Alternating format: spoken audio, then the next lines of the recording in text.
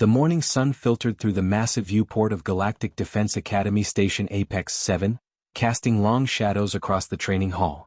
Cadet Laura Bennett stood at the back of the formation, her small frame barely visible behind the towering bodies of her classmates. At 5'4", she was dwarfed by nearly every other species represented in the elite military program. Formation attention. Instructor Drelvak's voice boomed across the hall. The Vrexion's reptilian scales gleamed under the harsh lights as he paced before the assembled cadets. His yellow eyes swept over them with the cold calculation of a born predator. Laura snapped to attention with the others, her movements crisp and precise. It did not matter. It never mattered. Today we begin tactical assessment exercises, Drelvak announced. Partner selection will commence now. Choose wisely. The hall erupted into movement as cadets scrambled to form pairs. Laura remained still, knowing what would happen next. It was the same every time. Within moments, the other cadets had paired off. Crotars with Crotars. Vrexions with Fangrel. The apex predator species clustered together, their massive forms creating walls of muscle and scale and fur. Laura stood alone in the center of the hall. Well, a deep voice rumbled behind her. Looks like the little human has no friends again. Laura did not turn around. She did not need to. She recognized Cormal's voice. The Crotar warrior stood over 8 feet tall, his 4 arms corded with muscle that could crush steel. His face bore the distinctive bone ridges of his species, giving him a permanent scowl that matched his personality perfectly. Perhaps that is because your kind smells of fear, Cormal continued, loud enough for everyone to hear. Several cadets laughed. Tell me, human, do you cry when you sleep? Dreaming of your soft little world? Laura's jaw tightened, but she kept her eyes forward. She had learned this much during her 6 months at the academy. Responding only made it worse. Cadet Bennett will partner with Instructor's Choice, Drelvak said, his voice cutting through the laughter. Cadet Tikare stepped forward. A chittering sound came from the left as an insectoid chitra moved toward Laura. Tikare was smaller than most of the other cadets, her crystalline exoskeleton reflecting rainbow patterns in the light. She was one of the few who had never joined in the mockery. Thank you, Laura said quietly as they moved to their assigned station. They are fools, Tikare clicked softly, her mandibles moving in what Laura had learned was sympathy. My species remembers the expansion wars. We do not forget what humans can do. Laura said nothing. The expansion wars had been 200 years ago. Most species preferred to forget that particular chapter of galactic history. Humans had earned their place at the table through brutal effectiveness, and the galaxy had collectively decided it was better to have humanity inside the tent than outside it. The tactical exercises began. Laura and Tikare worked through the scenarios with quiet efficiency. They completed their objectives while the larger predator species relied on brute force and intimidation. It should have impressed the instructors. It did not. Adequate, Drelvak said when reviewing their performance. When he reached Cormal's team, who had simply smashed through every obstacle, he nodded approvingly. Decisive action. This is what warriors do. At lunch, Laura sat alone in the corner of the massive dining hall. The food dispensers provided nutrition optimized for each species. Her human rations looked pathetic next to the massive haunches of meat the Crotars consumed or the protein slurries the Vrexions preferred. Is that all you eat? A Fangrel cadet named Shaxare leaned over her table, her canine features twisted in amusement. No wonder your kind is so small and weak. You probably cannot even digest real food. Our digestive systems are quite efficient actually, Laura said calmly. Humans can process a wider variety of nutrients than most species. Shaxare's ears flattened. Did I ask for a biology lesson, Praything? Maybe you should go back to your library where you belong. Leave the warrior training to actual warriors. Laura took another bite of her food and said nothing. Shaxare growled and walked away, her tail lashing in irritation. The afternoon brought combat drills. This was always the worst part of the day. Laura stepped into the sparring ring across from a Vrexion named Teklos. He was not as large as some of his species, but he still outweighed her by at least 200 pounds. Try not to break too easily, human, Teklos hissed, his forked tongue flicking between scaled lips. The match began. Laura moved carefully, defensively, absorbing strikes and giving ground. She landed a few hits, but they seemed to bounce off Teklos's armored hide. After 2 minutes, he swept her legs and put her on the mat. Pathetic, someone muttered from the watching cadets. Laura stood up, breathing hard. Her ribs ached from where Teklos had landed a solid hit. She bowed to her opponent as protocol demanded and left the ring. This pattern continued through the rest of the afternoon.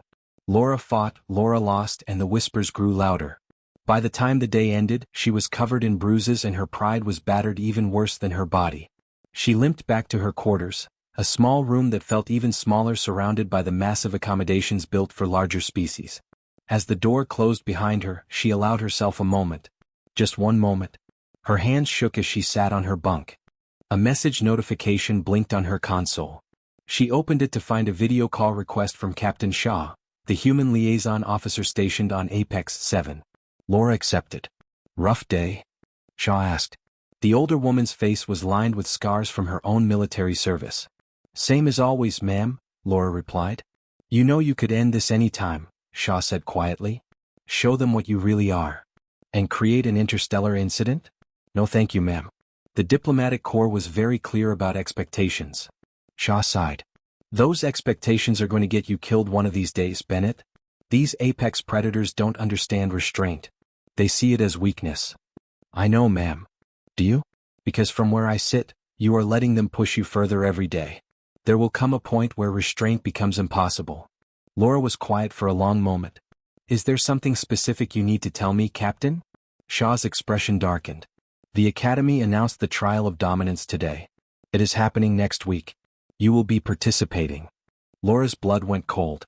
The trial of dominance was the Academy's most brutal assessment. Cadets were placed in a combat simulation with minimal rules and maximum violence. It was meant to test whether they had what it took to lead in actual combat. "Who am I matched against?" Laura asked, though she already knew the answer would not be good. "Multiple opponents. Cormel requested you specifically. He has 2 other Apex cadets with him. Shaxare and a Crotar named Velgor. 3 Apex predators against 1 human. In a trial designed to push cadets to their absolute limits. They are trying to break you," Shaw said. "Or worse. Laura, you need to withdraw. This is not worth your life." "I will not quit, ma'am." "Then at least fight back. Show them what a human can really do." Laura looked at her commanding officer through the screen. "And if I do that, Captain? If I show them what 200 years of carefully managed diplomacy has been hiding? What happens then?" Shaw had no answer. After the call ended, Laura lay on her bunk and stared at the ceiling. She thought about her training. Real training. Not the carefully measured responses she showed at the Academy, but the brutal conditioning that every human soldier received. The techniques that had made humanity feared across the galaxy before they learned to smile and play nice with the other species. Her hands stopped shaking. 7 days until the trial of dominance. 7 days until Cormel and his friends tried to humiliate her one final time. 7 days to decide if she would continue playing the role of harmless human, or if she would remind the galaxy why her species had earned their seat at the table in the first place. Outside her window, the stars glittered cold and distant. Somewhere out there, humanity's homeworld turned in the darkness. The death world that had forged humanity in fire and ice and endless struggle. Laura closed her eyes and began to count her breaths. In through the nose, out through the mouth. The same breathing technique human warriors had used for thousands of years to center themselves before battle. The mockery would continue for 7 more days. After that, everything would change. The 7 days passed like a slow countdown to execution. Each morning, Laura woke to find new messages scrawled on her door. "Prey goes home in pieces. Humans break easy. Trial day your last day." The station security never seemed to catch who was leaving them. Cormel made sure everyone knew what was coming. In the training halls, he would flex his 4 massive arms and laugh. "I wonder how many bones the human has," he said loudly during one session. "I plan to count them all." Slowly. His friends joined in. Shaxare, the Fangrel warrior, bared her teeth whenever Laura passed. "My species hunted prey animals on our homeworld for sport. You smell just like them. Fear and weakness." Velgor, the other Crotar, was quieter but no less menacing. He simply stared at Laura with his cold black eyes, cracking his knuckles with sounds like snapping wood. Laura endured it all in silence. She attended her classes, completed her drills, ate her meals alone. Every night, she returned to her quarters and went through her real training routine. The one nobody saw. Push-ups until her arms trembled. Running in place for hours, testing her endurance.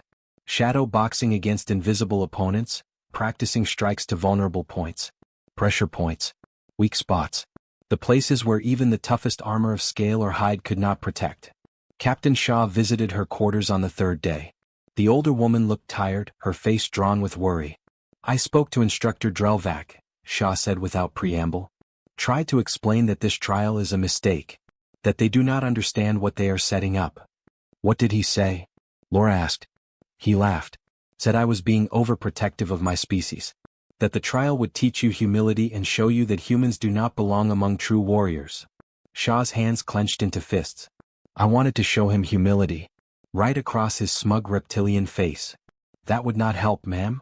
I know. Which is why I did not do it. Shaw moved to the window looking out at the stars. But Laura, you need to understand something. These apex predators, they have never known real fear. Their species evolved as the top of their food chains. They have never been prey. They do not understand what it means to be hunted. And humans do, Laura said quietly. Yes, we do. Our ancestors spent millions of years being chased by things with bigger teeth and sharper claws. We learned to survive not by being stronger but by being smarter. More adaptable. More willing to do whatever it took to live another day. Shaw turned back to face her. That history is in your blood, Bennett. In every human's blood. These aliens think they are predators. They have no idea what a real predator looks like. Laura met her captain's eyes. You want me to show them. I want you to survive. If that means dropping the act and fighting like a human actually fights, then yes. Show them. After Shaw left, Laura sat in the darkness of her room. She thought about her grandmother who had fought in the border wars. About her father, a special operations soldier who had taught her to fight before she could read. About the long line of warriors in her family, stretching back to when humans fought with sharpened stones and wooden spears. The trial of dominance was held in the Academy's main combat arena. The space was massive, designed to accommodate the largest species in the galaxy. Weapons were scattered throughout, training blades, stun batons, impact shields. The rules were simple. Fight until your opponents could not continue or until they surrendered. Death was not technically allowed, but accidents happened. Medical teams stood ready. Laura entered the arena to scattered laughter from the watching cadets. She wore standard combat gear, light armor over a flexible bodysuit. Across from her, Cormal, Shaxare, and Velgor stood like mountains of muscle and fury. The prey has arrived, Cormal announced, his voice booming through the arena. Tell me, human, will you run? Or will you stand and break? Instructor Drelvac's voice cut through the noise. Combatants, prepare yourselves. This trial will test your ability to function under pressure, to overcome superior numbers, and to demonstrate warrior spirit. You may begin on my mark. Captain Shaw stood in the observation deck, her knuckles white as she gripped the railing. Other human personnel had gathered, their faces tight with tension. They all knew what was about to happen. The question was which version of it would unfold. 3. Drelvac began the countdown. Laura closed her eyes. Took a breath. Let it out slowly. 2. She could feel her heartbeat. Steady. Controlled. The product of a lifetime of training that she had carefully hidden for 6 months. 1. She opened her eyes. Begin. Cormal charged first, all 4 arms reaching to grab her. He was fast for his size, but Laura had fought faster. She sidestepped, letting his momentum carry him past. Shaxare came from the left, claws extended. Laura dropped and rolled, feeling the air whistle above her head where those claws would have torn flesh. Velgor was more cautious. He circled, looking for an opening. Smart. Laura filed that information away. Stand and fight, coward. Cormal roared, spinning to face her again. Laura did not respond. She was counting. Measuring. Calculating distances and angles. Her mind worked like a targeting computer, processing information faster than her opponents could understand. Cormal charged again. This time, when Laura dodged, Shaxare was ready. The Fangrel's clawed hand caught Laura across the shoulder, tearing through armor and into flesh. Pain bloomed hot and immediate. The watching cadets cheered. Laura stumbled, going down on one knee. Blood ran down her arm. She looked up at her 3 opponents as they closed in, confident in their victory. First blood to the predators, Cormal said. How many more cuts before you beg us to stop, human? Laura stood slowly. Her shoulder throbbed, but the wound was not deep. Painful but manageable. She had trained with worse. I will break your legs, Cormal continued, stepping closer. Then your arms. 1 bone at a time. Your military career ends today, prey thing. You will never walk properly again. Never hold a weapon again. By the time I am finished, you will. He stopped. Something in Laura's expression had changed. Her eyes, which had been downcast and defensive, were now focused with terrible clarity. Her stance shifted, weight balanced differently. The air around her seemed to grow cold. In the observation deck, Captain Shaw leaned forward. "Here it comes," she whispered. Shaxare sensed it too. Her ears flattened against her skull. "Cormal," she said uncertainly. "Something is wrong." "What could be wrong?" Cormal laughed. "She is alone. Wounded. Beaten." "She is." Laura moved. Not the careful, defensive movements she had shown for 6 months. This was something else entirely. She exploded forward with speed that shocked everyone watching. Her hand shot out, fingers rigid, and struck Cormal in the throat. The massive Crotar staggered back, gagging. Before Shaxare could react, Laura spun and kicked her in the knee. Not hard enough to break it, but hard enough to make the Fangrel cry out and stumble. Velgor lunged, and Laura seemed to flow around his attack like water, her movements precise and economical.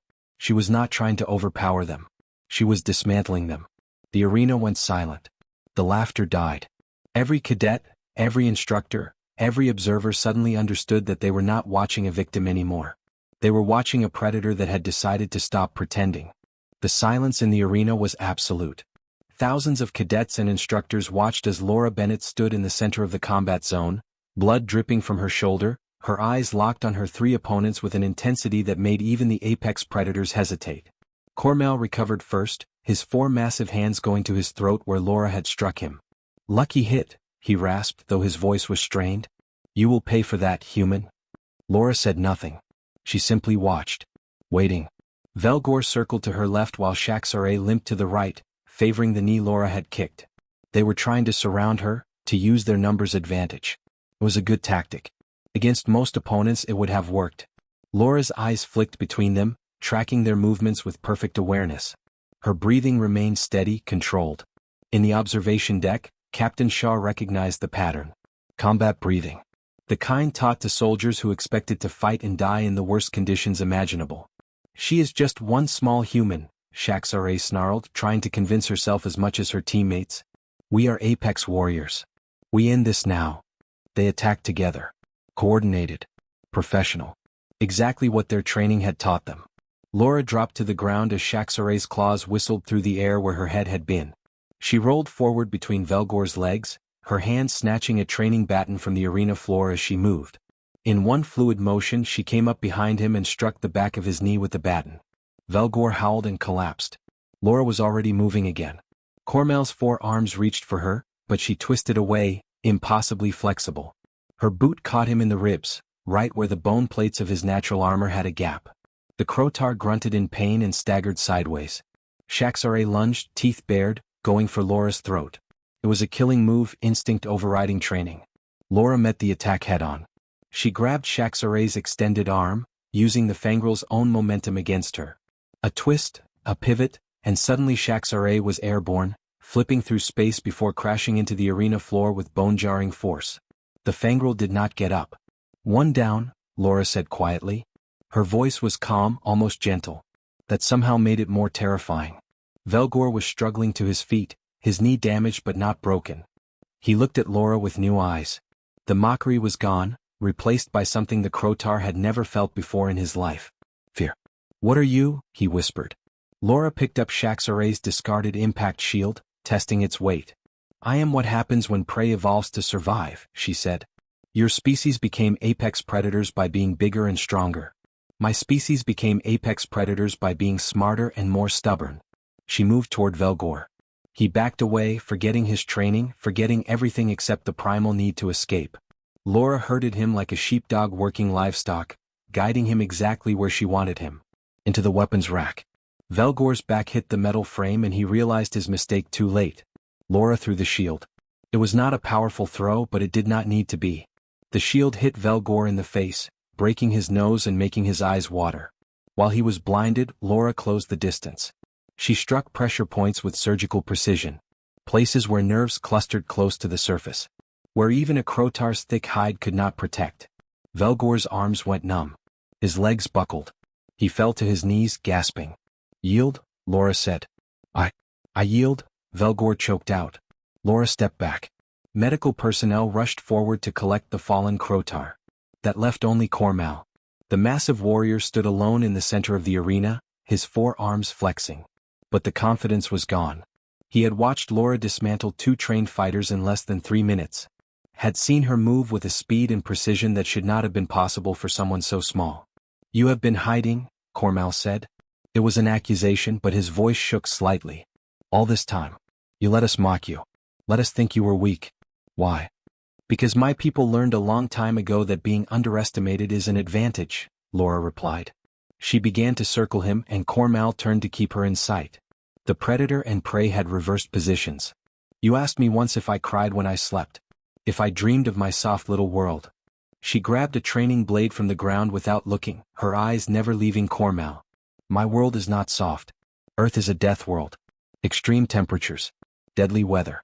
Predators that hunted my ancestors for millions of years. We survived because we learned to be patient. To wait. To endure." Her voice was still calm, but there was steel underneath. "You think you are an apex predator because you are big and strong. I am an apex predator because my species learned to kill things bigger and stronger than us." Cormal roared and charged. All 4 arms reached for her, trying to grab, to crush, to overwhelm with pure strength. Laura went low, sliding under his grasp. The training blade flicked out, cutting the tendon in his lower left arm. Not deep enough to cause permanent damage, but deep enough to make the limb useless. Cormal screamed. He spun, trying to backhand her with his remaining good arms. Laura ducked, then darted inside his guard. Her elbow struck his solar plexus, driving the air from his lungs. Before he could recover, she hooked her leg behind his knee and pushed. The giant Crotar fell like a toppled tree. Laura was on him instantly. She placed her knee on his chest and the training blade against his throat. The edge was dull, meant for practice, but pressed against the soft tissue of the neck, it was still deadly. "Yield," she said again. Cormal looked up at her. Really looked at her. At the human who he had mocked for 6 months. The small, quiet cadet who he had threatened to break. He saw the cold calculation in her eyes. The absolute control. The willingness to do whatever was necessary to win. He saw a killer. "I yield," he whispered. Laura stood and stepped back. The training blade clattered to the floor. She walked to the center of the arena and stood at attention, waiting for Instructor Drelvac to officially end the trial. The arena remained silent. No one cheered. No one moved. They were all processing what they had just witnessed. In the observation deck, Captain Shaw allowed herself a small smile. "Now they know," she said to the other human officers. "Now they all know." Instructor Drelvac descended to the arena floor. His reptilian face was unreadable, but his movements were careful, respectful. He approached Laura like one might approach a dangerous animal. "The trial is concluded," he announced, his voice carrying through the arena. "Cadet Bennett has achieved victory against multiple opponents." He paused, his yellow eyes studying Laura. "I have been an instructor at this academy for 20 years. I have seen thousands of cadets from hundreds of species. I have never seen anything like what I just witnessed." Laura remained at attention, saying nothing. "You have been holding back," Drelvac said. It was not a question. "Yes, instructor." "Why?" Laura finally met his eyes. "Because my government asked me to. Because humanity wants to be part of the galactic community, not feared by it. Because we learned that making friends is better than making enemies." She glanced at Cormal, who was being helped off the arena floor by medical staff. "But when pushed too far, we remember what we really are." Drelvac was quiet for a long moment. Then he did something that shocked everyone watching. He bowed. A small bow, barely more than a nod, but coming from a Vrexian warrior, it meant everything. "Lesson learned, Cadet Bennett," he said. "Lesson learned." The medical teams cleared Shaxare and Velgor from the arena floor, but Instructor Drelvac raised his hand before they could reach Cormal. The massive Crotar had yielded, but he was still conscious, still able to fight. The trial rules were clear. Victory required complete incapacitation, surrender, or withdrawal. "The trial continues," Drelvac announced. "Cadet Cormal has yielded but has not withdrawn. He may resume if he chooses." Cormal struggled to his feet, cradling his injured arm. Pride warred with fear on his face. Around the arena, thousands of eyes watched. His reputation as the Academy's most dominant warrior hung in the balance. If he withdrew now, he would be admitting that a human had broken him. "I do not withdraw," Cormal growled. His 3 working arms flexed. "I will not be defeated by prey." Laura's expression did not change. She simply nodded and settled back into her stance. Waiting. This time, Cormal did not charge blindly. He had learned that lesson. He moved carefully, keeping his distance, using his reach advantage. His good arms jabbed at Laura, testing her defenses, trying to wear her down. It was a smart strategy. Against most opponents, fatigue would eventually take its toll. But Cormel had made one critical mistake. He thought humans got tired like other species. 5 minutes passed. Then 10. Cormel's jabs became slower. Sweat dripped from his bone ridges. His breathing grew heavier. Laura matched his pace easily, her own breathing still controlled and steady. How? Cormel gasped. How are you not tired? Persistence hunting, Laura replied. She circled him slowly, like a wolf around wounded prey. My ancestors would chase animals for days. Run them until their hearts gave out. We did not need to be faster. We just needed to never stop. She darted in, struck his injured arm, and danced back before he could counter. Cormel roared in pain. Your species evolved to sprint, Laura continued, her voice calm and educational. Short bursts of speed and power. Ambush predators. But humans? We evolved to run. And run. And run. We can keep going long after you collapse. Cormel tried to grab her, but his movements were sluggish now. Laura avoided him easily. She kicked the back of his knee, the same one Velgor had injured. The Crotar stumbled. That is called targeting, Laura said. You hurt the same spot over and over. Make the injury worse. Make them weaker. She swept his legs. Cormel crashed to the ground again. This time when he tried to rise, his arms shook with exhaustion. Stay down, Laura said. This does not have to continue. Never, Cormel spat. He forced himself up, swaying on his feet. Laura's eyes narrowed. If he wanted a lesson, she would give him one. She moved in close, inside his guard where his long arms were less effective. Her strikes came in rapid succession. A palm strike to the liver. An elbow to the floating rib. A knee to the thigh muscle. None of them were devastating alone, but together they accumulated damage. Cormel swung wildly, trying to connect, but Laura was never where he expected. She moved like smoke, always just out of reach, then suddenly striking from an impossible angle. This is called dirty fighting, Laura said as she swept sand from the arena floor into his eyes. Cormel cried out, blinded. There are no rules in real combat. Only winners and losers. She kicked his knee from the side. Cormel dropped, unable to support his own weight anymore. Laura grabbed his good arm and twisted it behind his back, applying pressure to the shoulder joint. Yield, she commanded. No, Cormel gasped. Tears of pain and humiliation streamed down his face, but his pride would not let him quit. Laura increased the pressure. Not enough to break the joint, but enough to make Cormel scream. I do not want to hurt you permanently, but I will if you make me. Yield. No. The watching cadets were silent. This was beyond a simple victory now. This was a statement. A demonstration. Every species in the arena was learning the same lesson. Humans were dangerous. Laura released his arm and stepped back. Cormel collapsed face first into the arena floor, gasping for breath. His body was covered in bruises. His injured arm hung useless. His legs would barely support him. Get up, Laura said. Cormel tried. He got to his knees, then fell again. His strength was gone. 6 months of mocking the quiet human had led to this moment. Total defeat. I said get up, Laura repeated. Her voice was not cruel, but it was relentless. You wanted to break my bones. To end my career. To make me beg. So get up and do it. Cormel lifted his head. His eyes met hers, and what he saw there made his blood run cold. Laura was not angry. She was not cruel. She was simply showing him the truth. He had never stood a chance. I cannot, Cormel whispered. I cannot fight anymore. Then withdraw. Cormel's head dropped. His shoulders shook. The mighty Crotar warrior, the Academy's champion, reduced to this. Broken not by superior strength, but by superior strategy. Superior endurance. Superior will. I withdraw, he said, his voice barely audible. Instructor Drelvac immediately signaled the medical teams. They rushed forward to help Cormel. As they lifted him, he looked back at Laura one more time. What are you? He asked again. Laura's expression softened slightly. I am a soldier. Same as you were supposed to be. But you forgot that being a soldier is not about being the biggest or strongest. It is about being willing to do whatever it takes to complete the mission. She turned to face the observation deck, where hundreds of cadets watched in shocked silence. Her voice carried across the arena. My species did not reach the stars by being the toughest. We did it by being the most adaptable, the most determined, The most willing to suffer and endure and keep going when others would quit. She gestured to Cormal being carried away. That is the lesson. Size does not matter. Strength does not matter. What matters is refusing to give up. Instructor Drelvac approached her slowly. The Vrexian's reptilian face showed something that might have been respect. Or possibly fear. Perhaps both.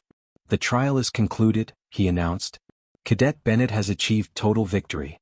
The arena erupted. Not in cheers but in a chaos of noise. Cadets arguing. Instructors debating. Everyone trying to process what they had witnessed. The established order of the academy had just been shattered. A small human had defeated 3 apex predators. Captain Shaw appeared at the arena entrance, her face showing relief and pride in equal measure. Laura walked toward her, limping slightly. The adrenaline was wearing off now, and the pain from her injuries was setting in.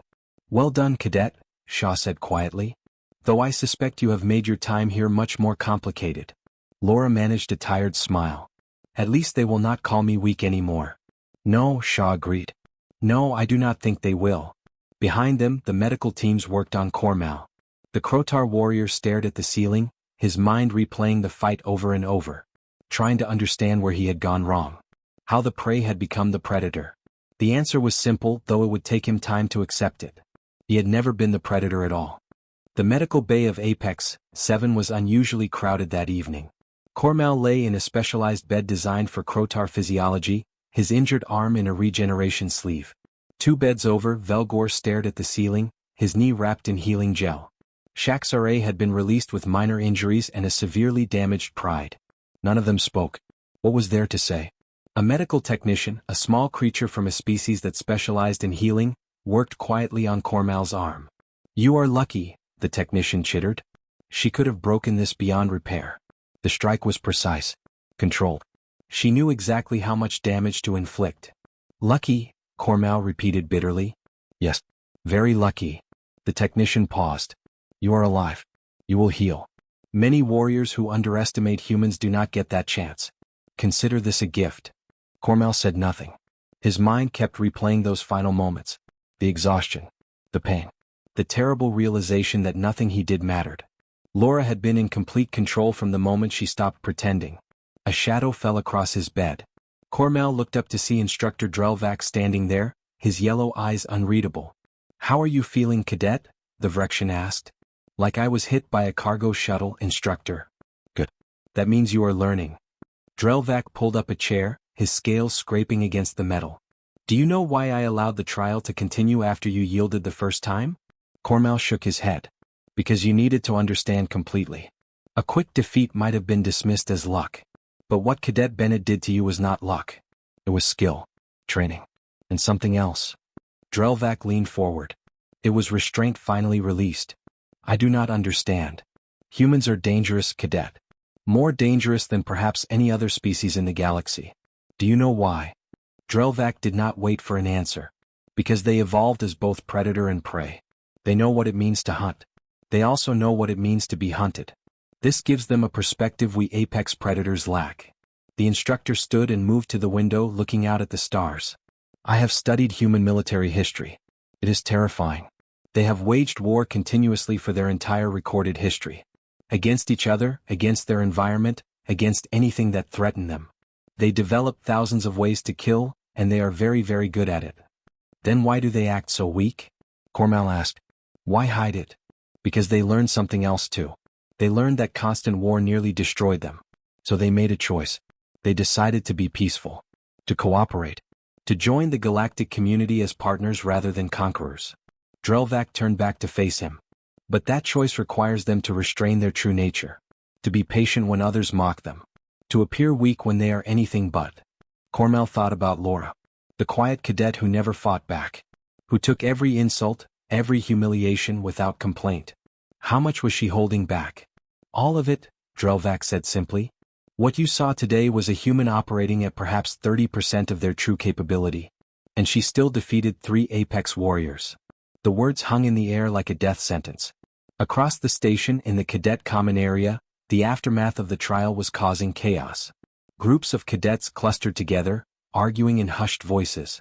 The apex predator species looked shaken. The smaller prey species looked vindicated. Tikare, the Chitra who had partnered with Laura during training, found herself surrounded by other cadets demanding information. You worked with her, a Vrexian cadet said. Did you know she could fight like that? I suspected, Tikare clicked. My species has long memories. We remember the expansion wars. We remember what happened to those who thought humans were easy targets. What happened? Someone asked. They died, Tikare said flatly. Humans do not fight like us. They do not seek honorable combat. They seek victory by any means necessary. They are patient. They adapt. They never ever give up. Her crystalline eyes gleamed.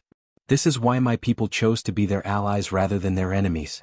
In her quarters, Laura sat on her bunk while Captain Shaw treated her injuries. The shoulder wound had been cleaned and sealed. The bruises would heal in a few days. But the captain's expression suggested there were other concerns. You have made quite an impression, Shaw said as she applied healing gel to a cut on Laura's arm. The entire academy is talking about nothing else.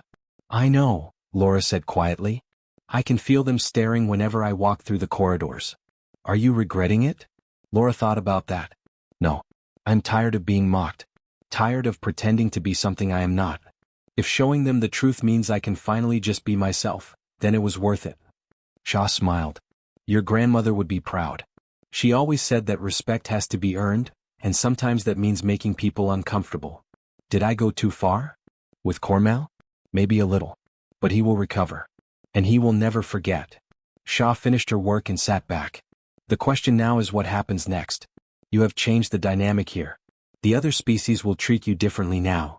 As if to prove her point, there was a knock at the door.